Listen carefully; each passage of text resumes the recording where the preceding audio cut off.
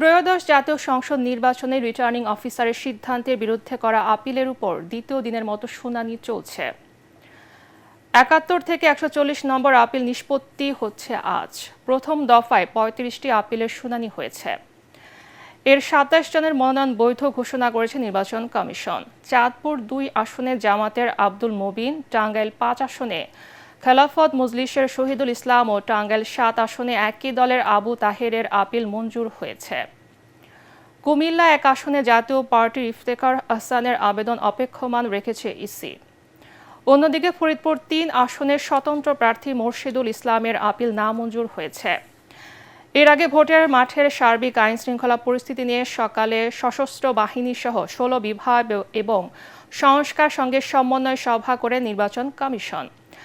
নির্বাচন কমিশনের সম্মেলন কক্ষে নির্বাচন কমিশনার আবুল ফজল মোহাম্মদ সানাওয়াল্লার সভাপতিত্বে এই বৈঠক হয়। এতে সশস্ত্র বাহিনীর প্রিন্সিপাল স্টাফ অফিসার, পুলিশের মহাপরিদর্শক সহ সংশ্লিষ্ট বিভাগ ও সংস্থার ঊর্ধ্বতন কর্মকর্তারা উপস্থিত ছিলেন। ভোটের সহিংসতা এড়াতে আরও জোরালো ভূমিকা রাখতে মাঠ প্রশাসনকে নির্দেশ দেয় ইসি। আমার মনোনয়নটি ৩ তারিখে অবৈধ ঘোষণা করেছিল। সেখানে স্বাক্ষরজনিত ত্রুটির কারণে তাড়াহুড়োর মধ্যে মনোনয়ন জমা দেওয়াতে স্বাক্ষর এক জায়গায় বাদ ছিল। পরবর্তীতে আমরা আজকে আপিল করার পর আপিল আদালত আমাদের আপিলটি মঞ্জুর করেছেন এবং আমাদের বৈধতা ঘোষণা করেছেন। আমরা অফিস নিতে গেলে সেখানে বাধা সৃষ্টি করছে, একটা বড় দলের বাধা আমরা পাচ্ছি। এই জন্য আমার মনে হয় না যে মাঠে এখন লেভেল প্লেইং ফিল্ড আছে। দর্শক, এই মুহূর্তে সেখানে আছেন সহকর্মী মিজান শাহজাহান। সরাসরি চলে যাচ্ছি তার কাছে। মিজান, আজ কতটি আবেদনের শুনানি হয়েছে? প্রার্থিতা ফিরে পাওয়াদের মধ্যে উল্লেখযোগ্য কেউ কি আছেন? আমাদেরকে বিস্তারিত জানান।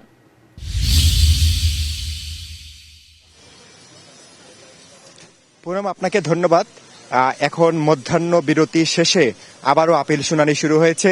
এই মুহূর্তে ১০৭ থেকে ১১৬ নম্বর এই ১২ জনের আপিল শুনানি শুরু হয়েছে। তাদের আপিল শুনানির জন্য ১২ জনের জন্য ১ ঘন্টা করে সময় নির্ধারণ করা হয়েছে।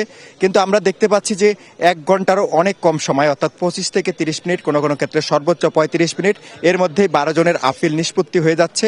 এবং অনেক ক্ষেত্রে রিটার্নিং কর্মকর্তা যেসব কারণ দেখিয়ে অনেকের প্রার্থিতা বাতিল করেছিলেন, সে সমস্ত কারণগুলো এখানে টিকছে না। নির্বাচন কমিশনে যারা আপিল করেছেন তারা বেশিরভাগই তাদের প্রার্থিতা ফিরে পেয়েছেন।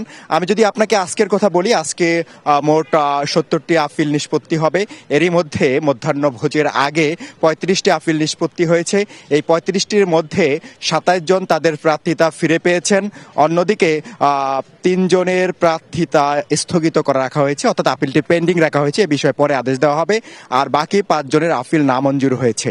আর যারা প্রার্থিতা ফিরে পাচ্ছেন তাদের বেশিরভাগই স্বাক্ষর সংক্রান্ত জটিলতা ছিল, এবং স্বাক্ষর সংক্রান্ত জটিলতার মধ্যে অনেক স্বতন্ত্র প্রার্থী রয়েছেন যাদের ১% মোট ভোটারের ১% স্বাক্ষর আনার কথা ছিল। সেখানে কারো স্বাক্ষরে হয়তো গরমিল ছিল। সেই গরমিলের কারণে অনেকের প্রার্থিতা রিটার্নিং কর্মকর্তা, সংশ্লিষ্ট জেলা রিটার্নিং কর্মকর্তা বাতিল করেছিলেন, এবং তাদের মধ্যে যারা আপিল করেছেন তারা অনেকেই প্রার্থিতা ফিরে পাচ্ছেন। আমরা গতকাল জানি যে স্বতন্ত্র প্রার্থী ঢাকা ৯ ডাক্তার তাসলিম জারা এবং কক্সবাজারে জামাতের প্রার্থী হামিদুর রহমান আজাদ তারা প্রার্থিতা ফিরে পেয়েছেন। আজকে যারা প্রার্থিতা ফিরে পেয়েছেন তাদের মধ্যে জামাতের প্রার্থী আছেন, খেলাফত মজলিসের প্রার্থী আছেন, স্বতন্ত্র প্রার্থী রয়েছেন। এছাড়া আপনাকে একটা বিষয় আমি পুনম জানিয়ে রাখি যে ২০১৮ বা ২৪ সালে অনেক হেভিওয়েট প্রার্থীর মনোনয়ন যেভাবে বাতিল হয়েছিল, এই নির্বাচনে এরকম উল্লেখযোগ্য হেভিওয়েট প্রার্থীর মনোনয়ন বাতিল হয়নি। যদিও উল্লেখ করার মতো রয়েছেন জাতীয় পার্টির একাংশ চেয়ারম্যান ব্যারিস্টার আনিসুল ইসলাম মাহমুদ, নাগরিক ঐক্যের মাহমুদুর রহমান মান্না। আমি আপনাকে জানিয়ে রাখি, মাহমুদুর রহমান মান্না বগুড়ায় তার মনোনয়ন বাতিল হলেও ঢাকা ১৮ আসনে কিন্তু তার মনোনয়ন বৈধ হয়েছে।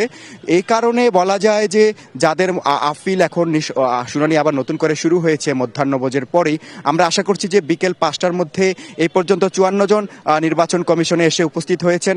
বাকি যে ১৬ জন রয়েছেন তারাও কিছুক্ষণের মধ্যে এসে উপস্থিত হবেন, কারণ ১২ জনকে ভাগ করে যেহেতু দেওয়া হয়েছে, ২টা থেকে ৩টা যাদের সময় দেওয়া হয়েছে তাদেরই আপিল এখন চলছে। এরপরে 3টা থেকে 4টা পরবর্তী ১২ জন এবং 4টা থেকে 5টা শেষ ১২ জনের আপিল শুনানি হবে। এবং এই আপিল শুনানির শেষে একটি চূড়ান্ত তালিকা আমরা আপনাকে জানাতে পারবো যে আজকে ৭০ জনের মধ্যে কতজনের আপিল নিষ্পত্তি হওয়ার পরে বৈধ হয়েছে এবং কতটা জনেরটা নামঞ্জুর হয়েছে। যাদের আপিল নামঞ্জুর হয়েছে তাদের হাইকোর্টে যাওয়ার সুযোগ রয়েছে। তারা নির্বাচন কমিশনের রায়ের বিরুদ্ধে, সিদ্ধান্তের বিরুদ্ধে সংক্ষুব্ধ হয়ে তারা আবার হাইকোর্টে, উচ্চ আদালতে আপিল করতে পারবেন। পুনম, এই মুহূর্তে হচ্ছে আমার কাছে নির্বাচন কমিশনের সবশেষ খবর।